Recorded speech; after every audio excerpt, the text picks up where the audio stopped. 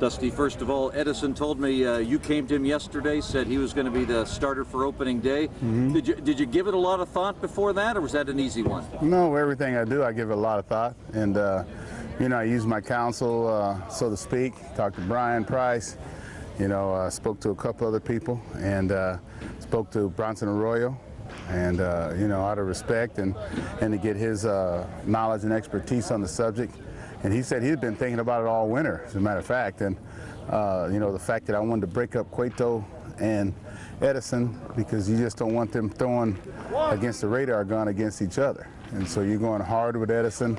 Didn't want to go with Cueto because he just signed a 3-year contract and don't want him to feel any more pressure than he's already probably feeling, put on himself. Homer's not quite there yet. Wood's not quite there yet. Leake's not quite there yet. And so you put all these things into the equation, and you figure, and Edison's more of a guy that can handle anything in any situation. So you go, I know how big opening day is in Cincinnati, but I'm concerned about 162 games as well as opening day.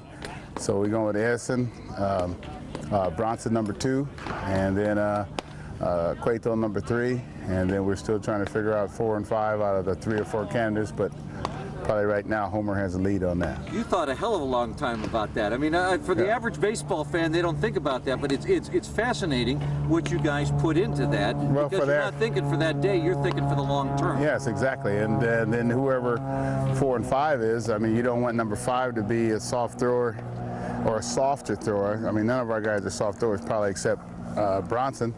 And then you'd have 2 softer throwers. If Bronson was number 1, whoever number 5 and number 1 is. Mm-hmm. And so you try to change the speed and eyes of the hitter. I remember when I was playing, you know, everybody's wondering why they broke up J.R. Richard, Nolan Ryan.